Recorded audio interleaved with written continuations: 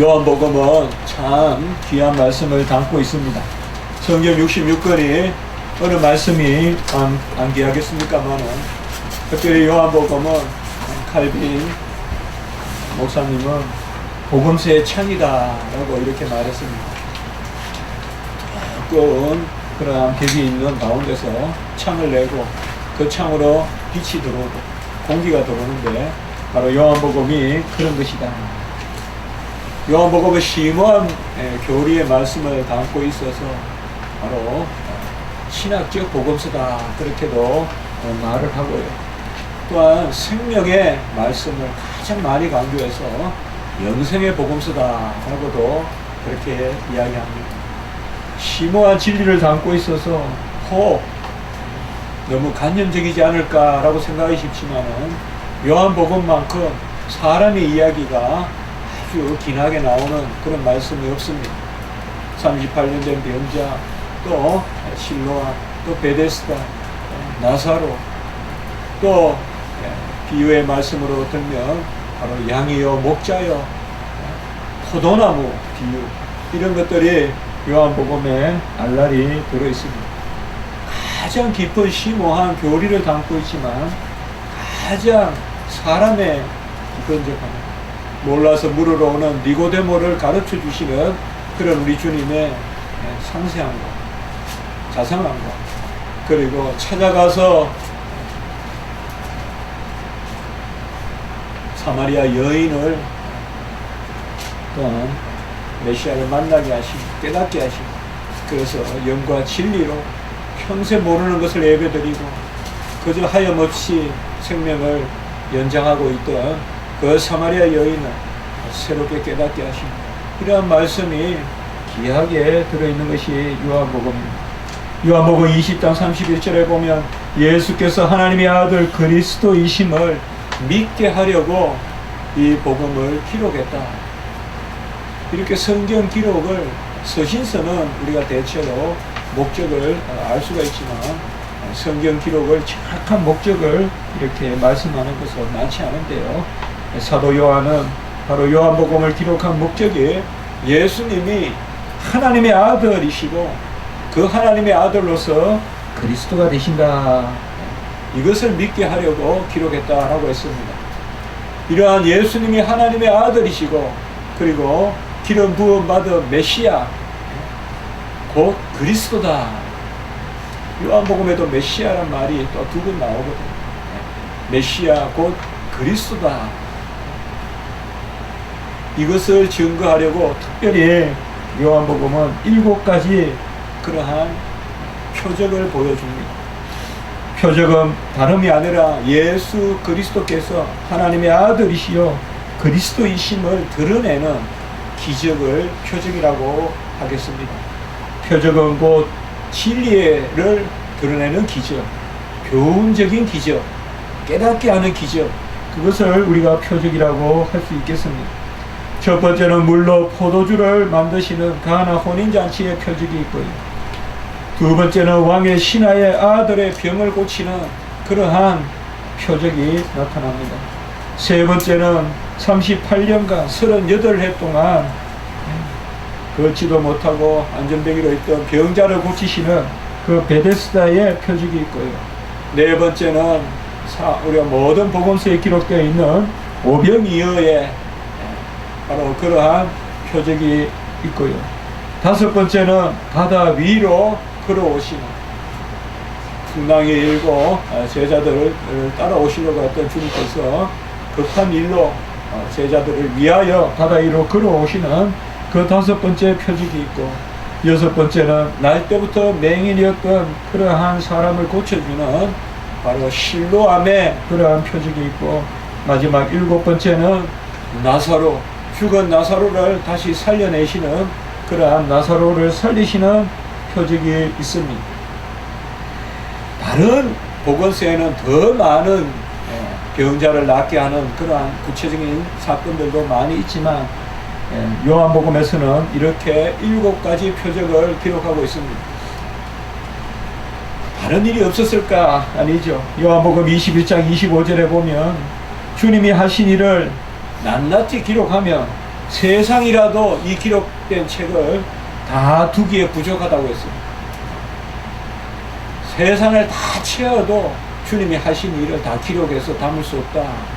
그러니 숱한 표적이 많이 있었는데 특별히 7가지만 이렇게 기록하고 있다라고 우리가 생각하면 되겠습니다.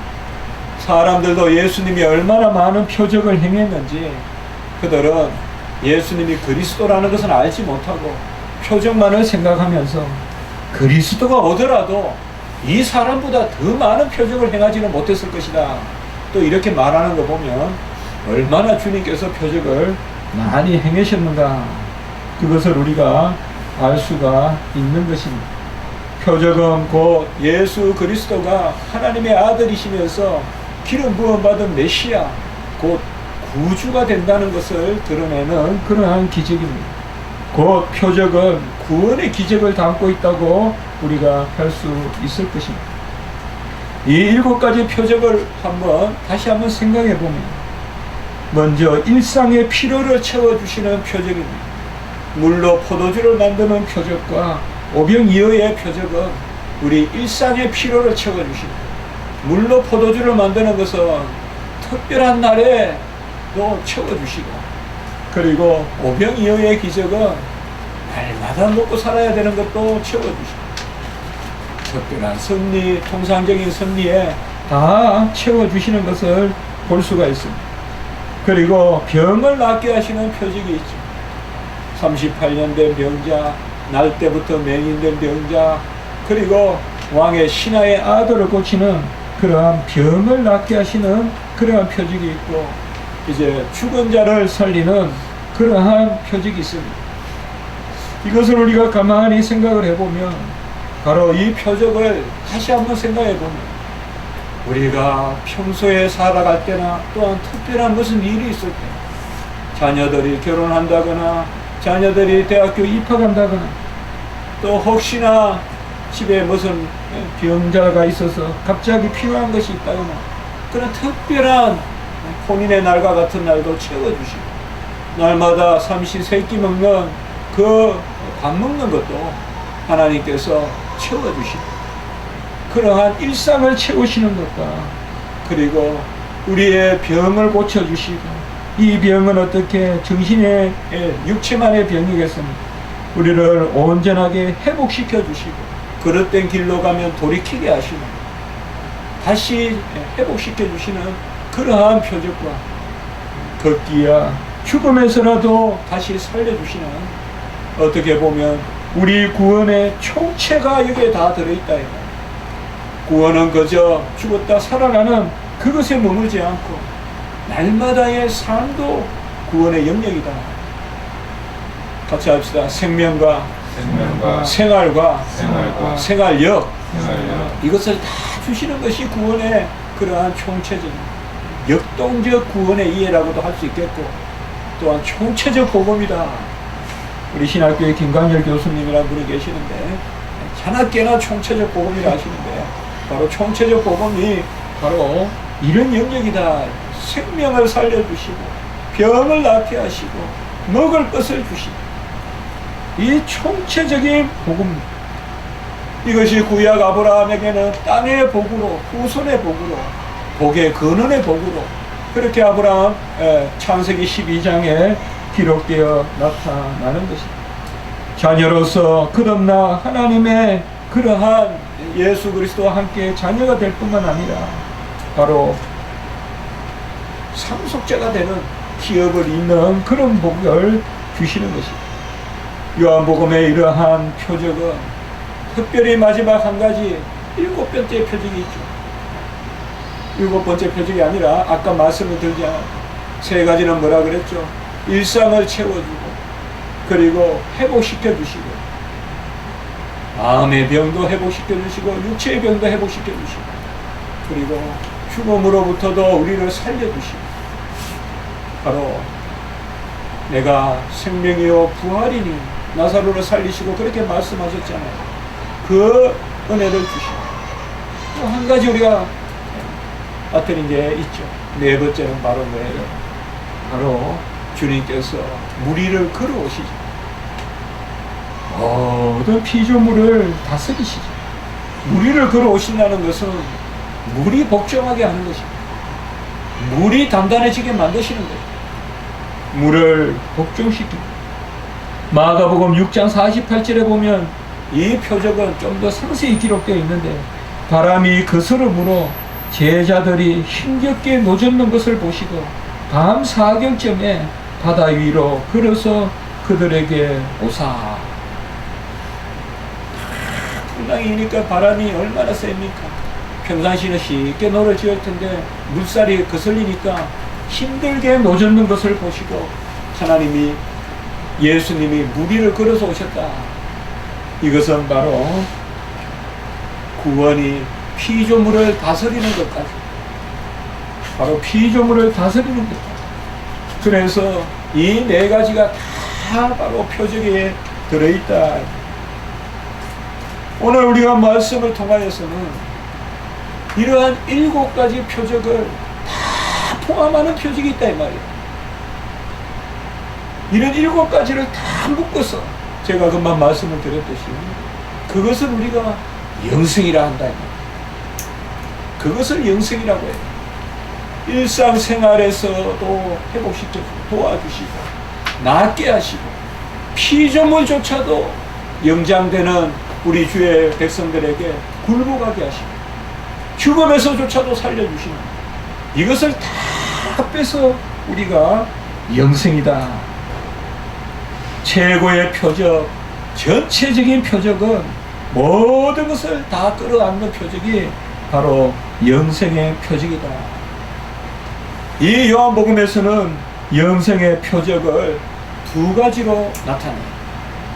우리 안에 일어나는 기적, 바로 하나님의 자녀가 되는 그 기적, 그것을 2가지로 드러내요.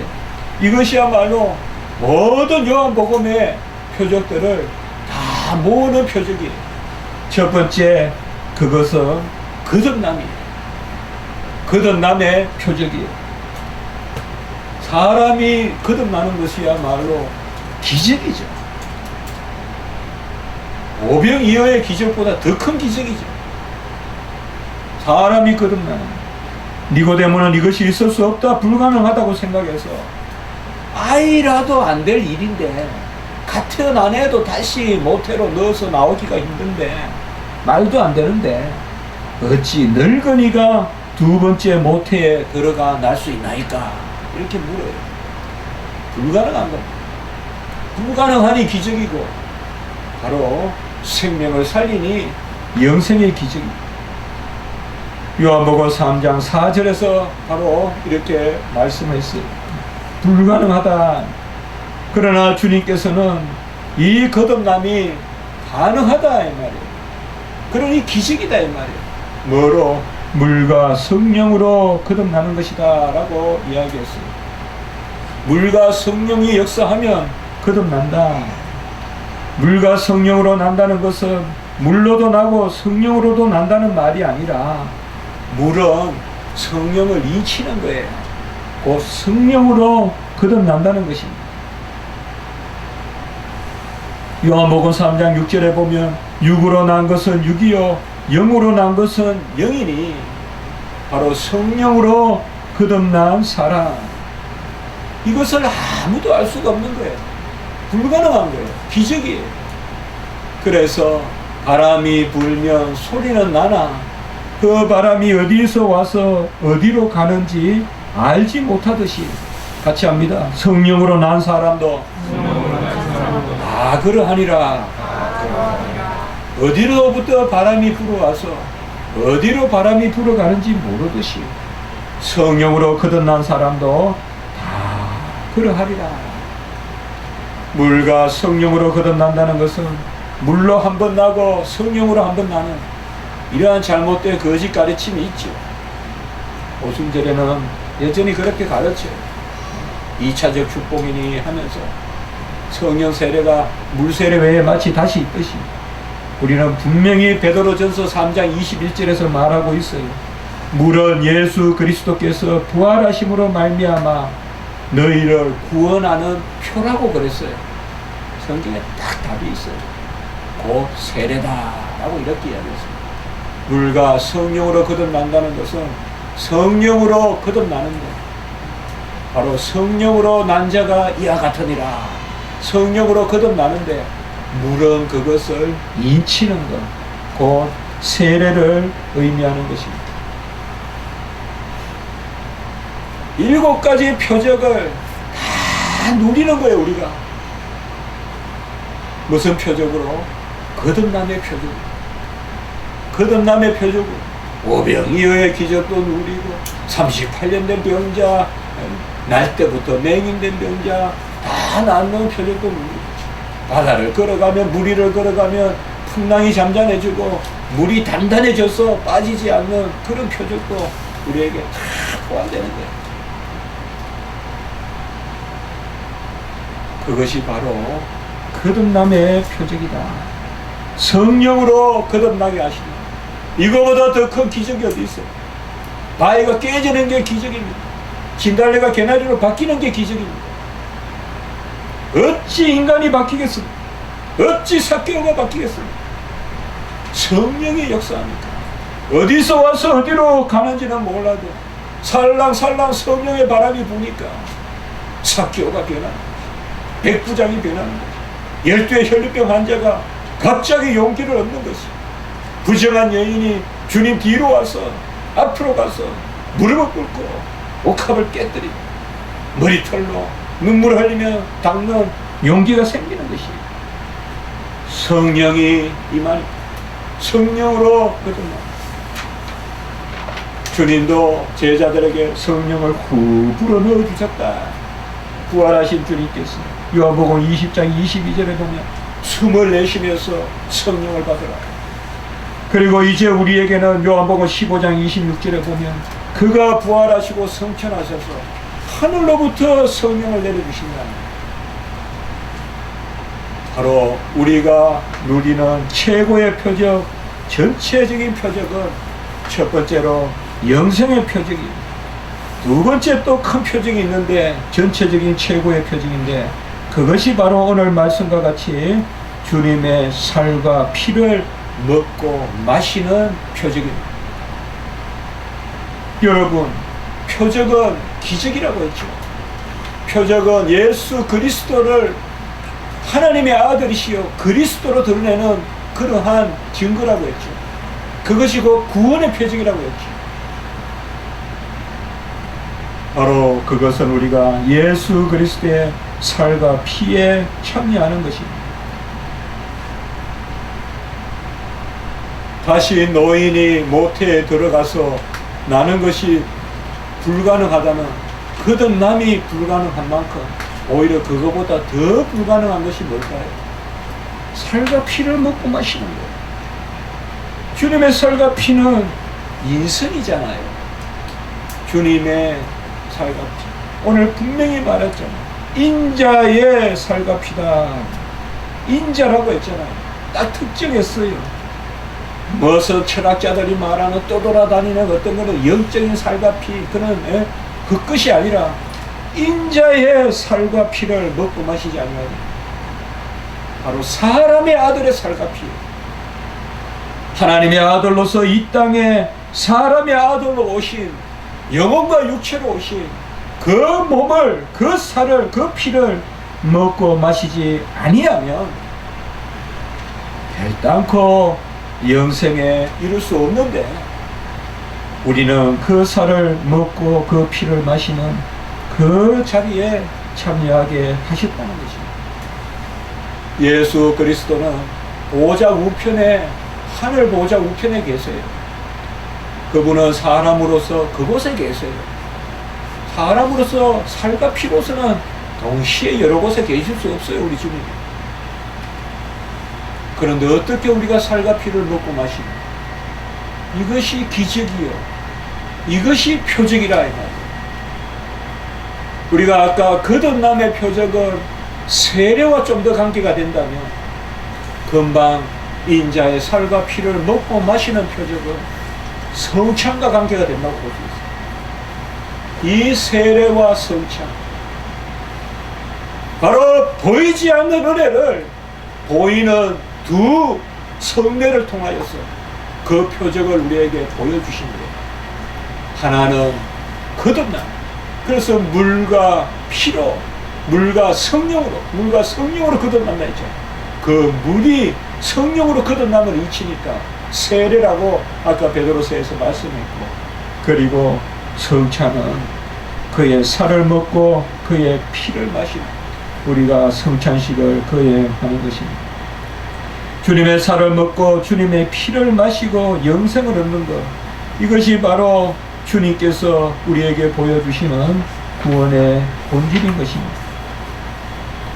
주님은 지금 하늘 보호자 우편에 계시지만 그를 믿는 자마다 자신의 살과 피를 먹고 마시는 자리에 세우십니다.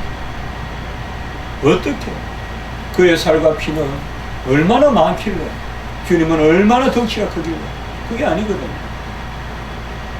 그가 우리를 위하여 죽으셨잖아요. 예수님의 살이 분명히 나를 위한 것이었잖아요. 예수님의 피가 분명히 나를 위한 것이었잖아요. 여러분을 위한 것이었잖아요. 우리 모든 교회를 위한 것이었잖아요. 그러니 그 살과 피를 우리를 위한 것이고, 그 살과 피를 우리가 먹고 마신다고 해서 그것이 어찌 불가능하겠어요? 하나님은 형체도 없고 시간과 공간에 매이시지도 아니하시는 분이 살로 피로 사람을 지으셔서, 그도 혈육이라고 하셨잖아요. 히브리서.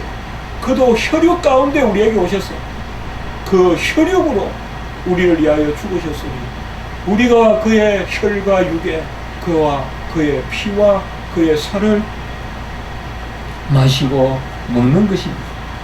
56절의 말씀에 보면, 오늘 본문의 말씀, 내 살을 먹고 내 피를 마시는 자는 내 안에 거하고 나도 그의 안에 거한다 라고 이렇게 말했습니다.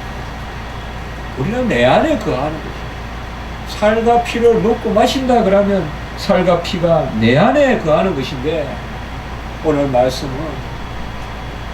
살과 피가 내 안에 거하는 즉시 우리가 그리스도 안에 거한다. 여기에 거듭남의 비밀이 있습니다. 내 안에만 그리스도가 있다 그러면 그것은 그리스도를 우리가 소유하는 것입니다. 그러나 내 안에 그리스도를 섭취할 때, 먹고 마실 때 즉시 내가 그리스도 안에 있습니다. 이것이 놀라운 비밀입니다. 우리는 무엇을 먹고 마시면 그것은 나의 일부요, 내 안에 들어오지만, 주님의 살과 피를 먹고 마시는 것은 그 순간 내가 주님 안으로 들어가는 것입니다. 이것을 우리는 거듭나는 것이라고 하는 것입니다. 고린도후서 5장 17절에 보면, 그런즉 누구든지 그리스도 안에 있으면 새로운 피조물이라, 이전 것은 지나갔으니 보라 새 것이 되었도다. 거듭난 사람은 분명히 그리스도 안에 있어야 돼요. 그리스도 안에 있어야 새로운 피조물이에요. 그리스도가 나를 주장하고 그리스도가 내 형체가 돼야 돼요. 그리스도가 나를 감싸야 돼요. 야베스의 지경이 있다면 우리의 지경은 그리스도의 지경이에요. 그리스도가 나를 감싸야 돼요. 누구든지 그리스도 안에 있으면, 그러면 어떻게 그리스도 안에 있느냐 이 말이에요. 우리가 그것은 다른 것이 아닙니다. 내 안에 그리스도가 있으면 돼요. 내 안에 그리스도가 있으면 돼요. 우리가 그리스도 안에 들어가는 유일한 길은 내 안에 그리스도를 영접합니다. 갈라디아서 2장 20절 잘 아는 말씀이, 이제는 내가 사는 것이 아니요 오직 내 안에 그리스도께서 사시는 것이라. 고린도후서 5장 17절에는 우리가 그리스도 안에 있어야 새로운 피조물이라고 하고, 갈라디아서 2장 20절에는 내 안에 그리스도가 있다고 했어요. 우리가 주님의 살과 피를 먹고 마시는 것은 내 안에 그리스도를 우리가 영접하는 거예요. 그러나 그 순간 내가 그리스도 안으로 들어가는 거예요. 이게 거듭남의 비밀이에요. 내가 거듭나지만은 이제 내가 사는 것이 아니라 그리스도가 사는 것이에요. 그러니 이 일을 누가 하겠어요? 다시 56절의 말씀 같이 한번 읽겠습니다. 시작. 내 살을 먹고 내 피를 마시는 자는 내 안에 거하고 나도 그의 안에 거하나니. 내 안에 그의 안에, 바로 그리스도 안에 거하고 또 그리스도가 내 안에 거하는, 바로 연합이요 하나됨이요, 그러한 역사가 일어나는 것입니다. 우리는 내 안에 자꾸 그리스도를 가두려고 하니 그리스도의 거듭남이 아니라 그리스도가 소유와 같이 여전히 내가 힘든 거예요.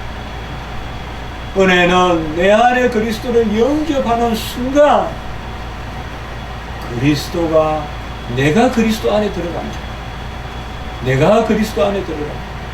내 뜻이 그리스도 안으로 들어가는 것이요, 내 공로가 그리스도 안으로 들어가는 것이요, 나의 모든 것이 그리스도 안으로 들어가는 것이요, 내가 손을 벌리는 순간 주님이 나를 안아주시는 거예요.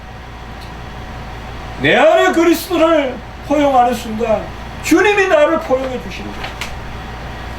그래서 나는 공로가 없어요. 나는 공로가 없어요. 이것이 어찌 인생에 가능한 일이겠어요? 어찌 주님께서 자기 자신의 어떠하심을 드러내시는 표적으로만 가능한 거죠. 살과 피를 먹고 마시는 그자야 바로 사는 것이다. 나를 먹는 그 사람은 나로 말미암아 살리라. 57절에 계속해서 말하고 있습니다. 우리는 뭐를 먹으면 그 양분을 내가 이용하려고 하지, 내가 그것을 먹고 힘을 내서 달렸다 이렇게 표현하지만 오늘 57절의 말씀은 그렇게 말하지 않아요. 같이 합니다. 나를 먹는 그 사람은 나로 말미암아 살리라. 여기에서 한번 기억을 해봅시다. 나를 먹는다고 말씀했어요. 우리가 이런 성경은 잘 주목해야 돼요. 살과 피를 먹는다기보다도 여기서는 나를 먹는다. 헬라어에도 호트로건 메라고 정확하게 적어놨어요. 메란 말이 나라는 뜻이에요. 대명사예요. 나를 먹는 자는 나로 말미암아. 우리가 말미암아란 말 지난주에도 나왔죠. 전치사 디아라고 했죠. 헬라. 여기도 디에메 축약이 돼서 디에메. 그의 살과 피가 그 자신이에요. 그러니 살과 피를 먹고 마시는 것은 주님을 먹는 거예요. 나를 먹는 자는 나로 말미암아 살리라. 얼마나 큰 은혜가 됩니까?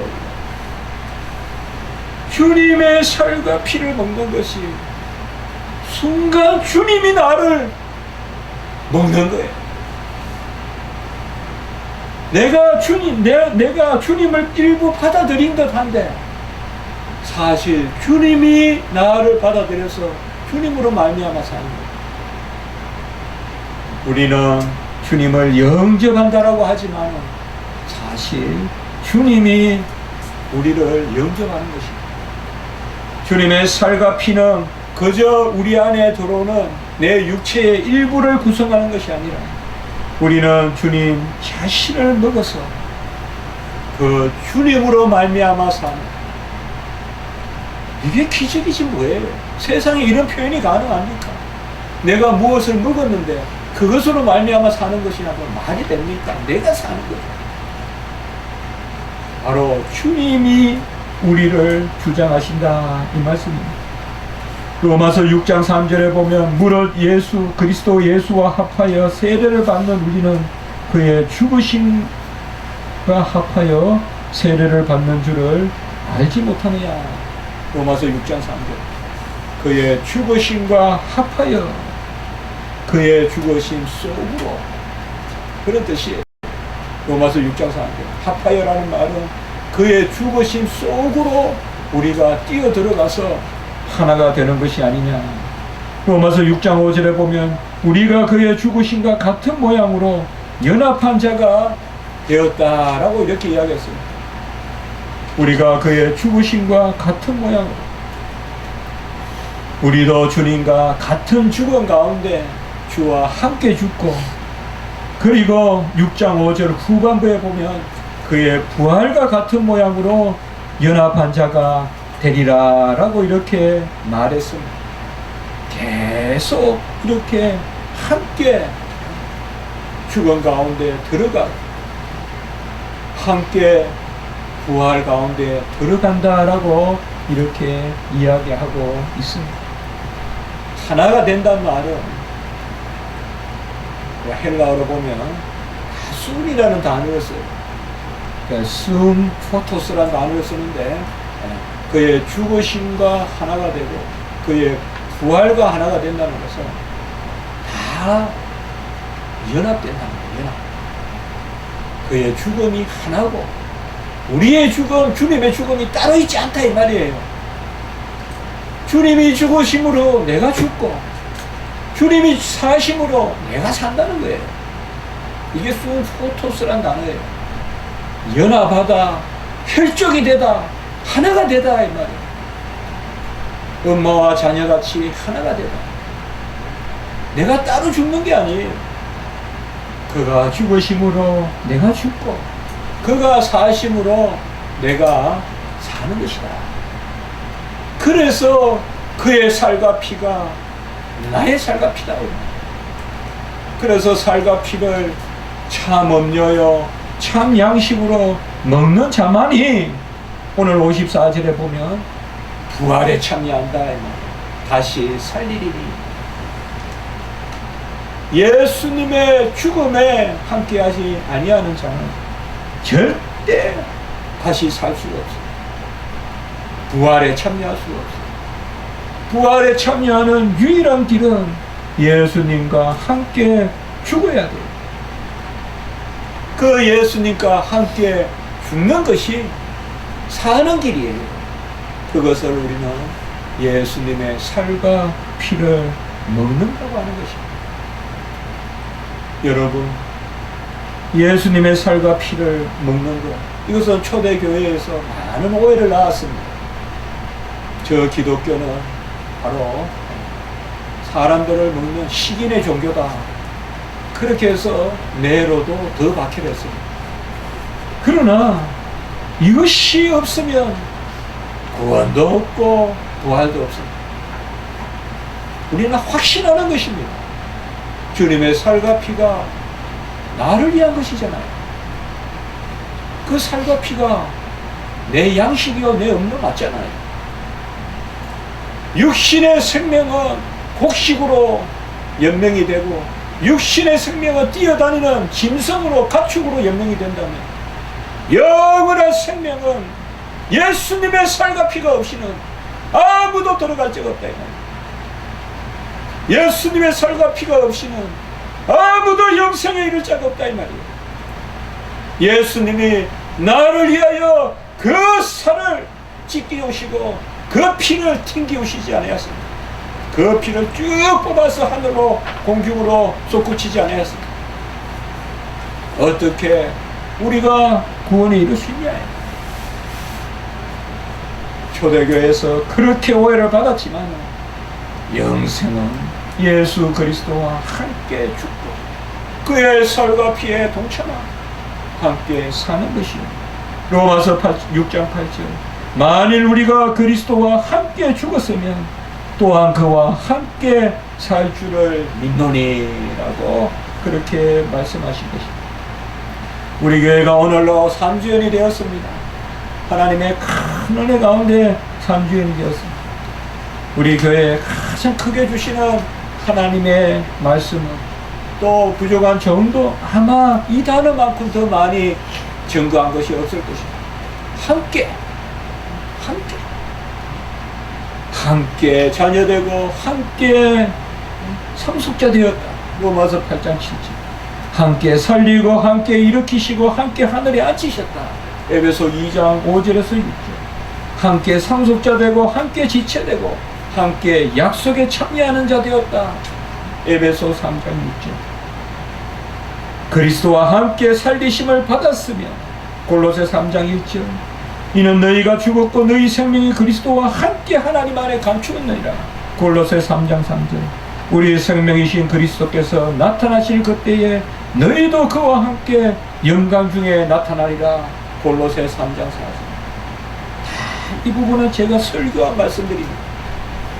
교회 3년 동안 이 모양 저 모양으로 설교한 말씀드립니다.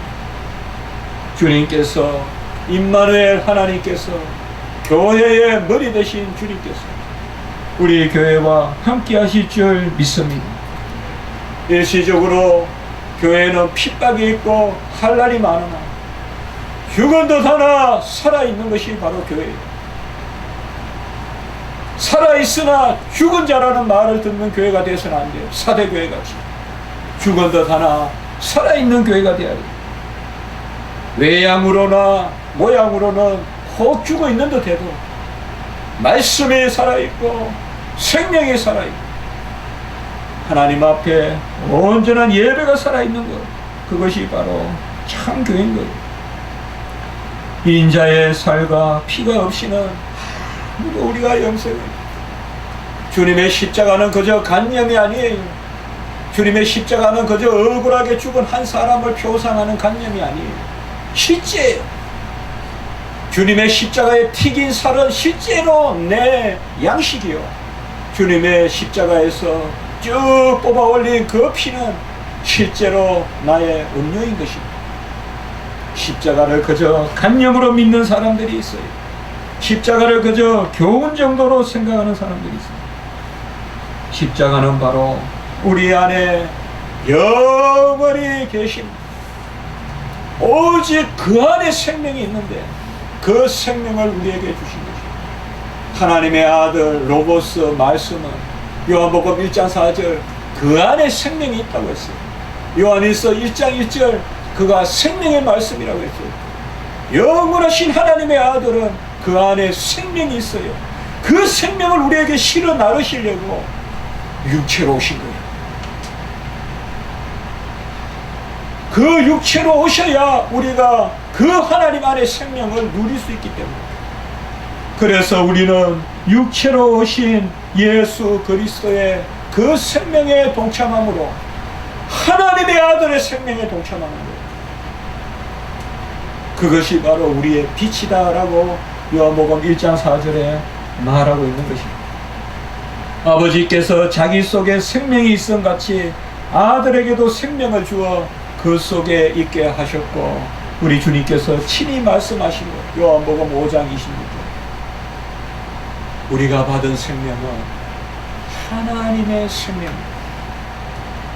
어떤 피조물의 생명이 아니라 최초의 흙으로 사람을 지으시고 생기를 불어넣으신 그거보다 더 높은 생명입니다. 그 생명, 후 제자들에게 숨을 내쉬며 불어주시는 그 성령의 생명, 그 생명이 우리 안에 생명인 것입니다.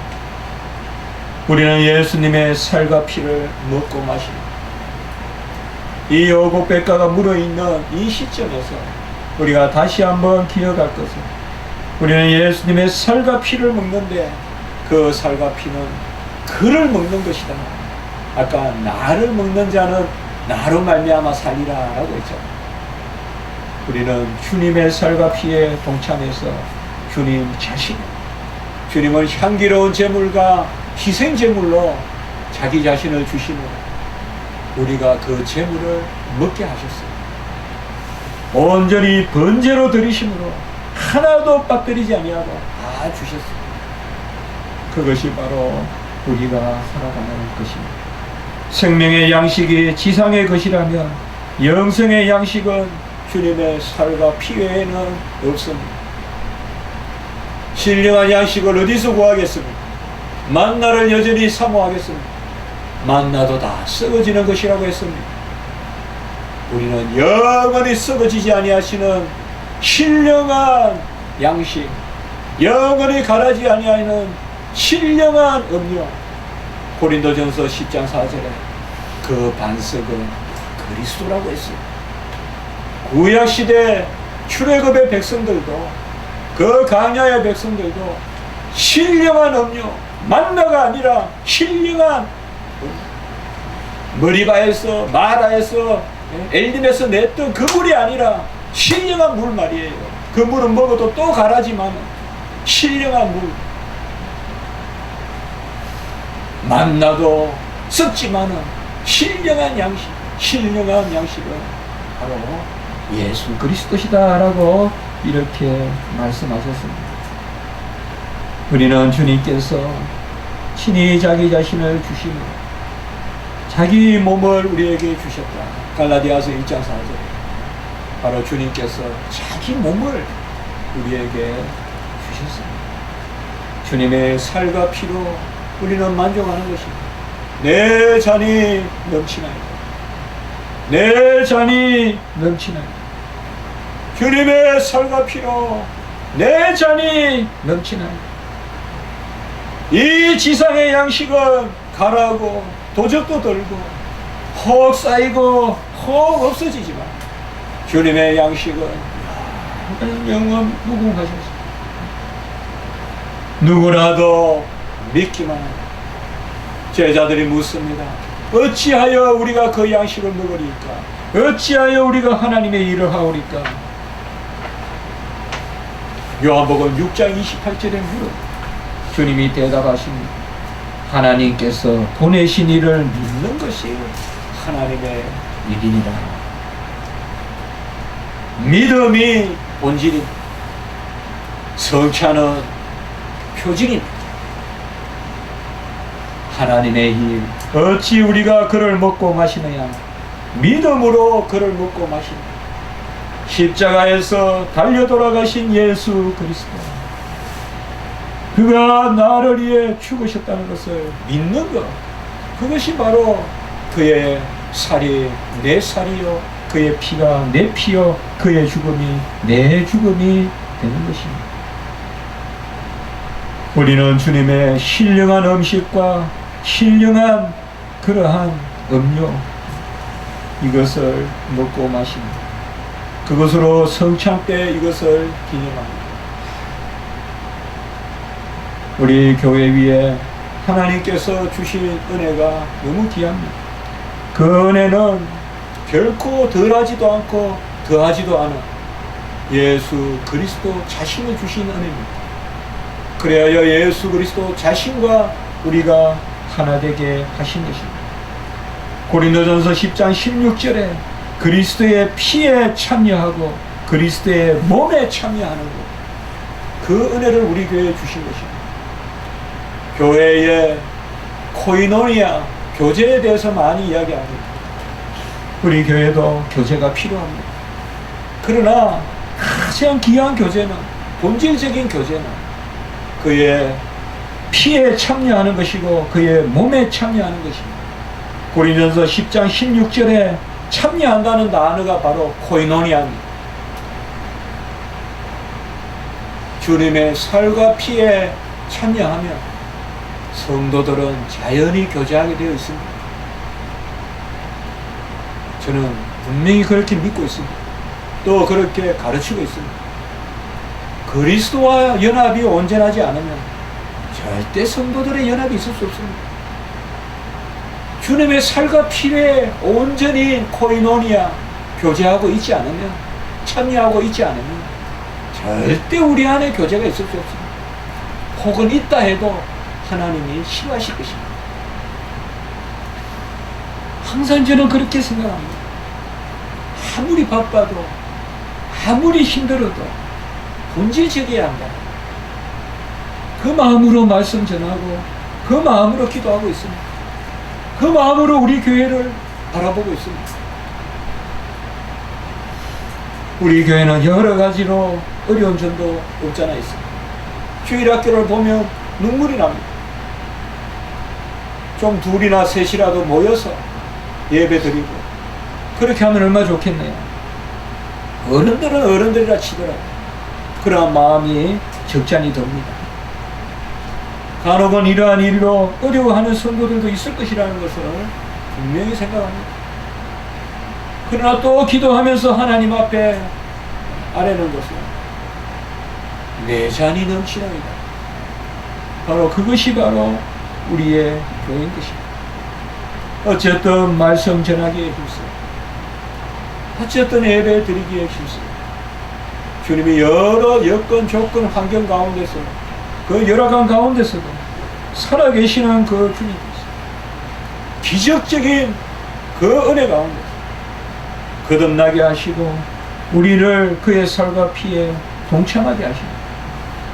이러한 은혜의 역사가 우리 가운데 있을 줄을 믿는 것입니다. 우리 교회는 이러한 내 잔이 넘치나이다의 감사와 그 감사의 틀을 놓고 있는 소망이 있었으면 좋겠습니다. 어떤 불평을 채우는 욕심이 아니라 인본주의적인 것을 채우는 것은 불평이에요. 불평을 채우는 욕심이 아니라 감사를 채우는 비전이 있었으면 좋겠어요. 소망이 있었으면 좋겠어요. 감사는 소망이, 불평은 욕심이에요. 어렵고 힘들더라도 감사한 가운데 소망을 가지십시오. 우리 안에 청년들이 훌륭한 주의 종들이 되고 훌륭한 머리가 되는 그러한 이 세상에 크게 하나님의 영광을 드러내는 그러한 종이 나게 이하여 기도하십니다. 어거스틴, 칼빈 수천 명 놓고 목회 안 했어요. 불과 몇십 명, 몇백 명 놓고 기도했어요. 설교했어요. 그래도 하나님이 그들을 쓰시는 거예요. 우리 교회도 이러한 믿음으로 기도해 주시기 바랍니다.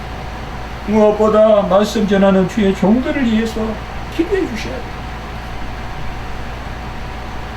왜 스펄전만 지하에서 성도들의 기도를 받고 저는 기도를 받을 수가 없습니다. 여러분 저를 위해 기도해 주십시오. 매일 기도해 주십시오. 그게 고스란히 여러분에게 돌아갈 것이요 제 자신에게 돌아올 것입니다. 어떤 다른 것보다 우리 교회는 말씀으로 채우자. 온전한 본질을 채우자. 그리고 하나님 앞에 구하자. 감사 가운데 소망을 갖자고. 어떤 불평에는 전혀 그건 정욕이죠. 주님께서 표적을 우리에게 이루실 것입니다. 주님께 마지막으로 말씀드립니다. 나아가는 것이 믿음이라고 많이 말씀을 드렸죠. 바로 주님께 나아가고 믿는 것이 그의 살과 그의 피를 먹고 마시는 것입니다. 신령한 음료와 신령한 음식, 양식을 먹고 마시는 것은 날마다 주님 앞에 나아가는 것입니다. 요한복음 6장 35절을 함께 읽고 마치겠습니다. 여기에 다 답이 들어있습니다. 요한복음 6장 35절입니다. 같이 읽겠습니다. 시작. 예수께서 이르시되 나는 생명의 떡이니 내게 오는 자는 결코 줄이지 아니할 터이요 나를 믿는 자는 영원히 목마르지 아니하리라. 내게 오는 자, 나를 믿는 자, 우리는 동의어로 알고 있습니다. 주님께 나아가는 것이 믿는 것입니다. 그 가운데 약속이 있죠. 결코 줄이지 아니하고 영원히 목마르지 아니하리라. 주님께 나아가고 믿기만 하면 결코 줄이지 않고 영원히 목마르지 않을 것입니다. 그 약속의 언약의 복이 우리 교회의 성도님들에게 충만할 줄 믿는 것입니다. 기도드리겠습니다. 거룩하고 자비로우신 하나님 아버지, 7가지 표적을 다 이루시는 표적을 우리에게 허락하시니 감사합니다. 거듭나는 세례의 표징과 또 살과 피에 동참하는 성찬의 표징을 통하여 우리가 거듭난 백성으로 여호와 하나님을 기뻐하고 감사하는 가운데 소망하게 하시니 감사합니다. 성도의 바람은 불평에서 나오는 정욕이 아니라 감사로부터 치솟는 온전한 소망인 것을 기억하게 도와주시고, 우리의 영적인 사업이나 우리의 생업이나 이러한 감사의 특위에 온전한 소망 가운데 뻗어가는 여호와의 놀라운 인치심 가운데 이루어지는 그러한 은혜가 있게 해 주시옵소서. 내 잔이 넘치나이다, 내 잔이 넘치나이다. 우리 자신의 고백이 되게 하시고 우리 교회의 고백이 되게 해 주시옵소서. 우리 교회를 3년 동안 주님 은혜 가운데 주님 친히 주장하시니 감사합니다. 우리는 그저 감사할 뿐입니다. 주님께서 어떤 일을 이루시고 몸된 교회를 세우셨사오니, 그 살과 피에 몸된 교회를 세우셨사오니 주님께서 우리 교회 위에 영광을 더하여 주시옵소서. 구주 예수 그리스도 이름으로 감사하며 기도드리옵나이다. 아멘.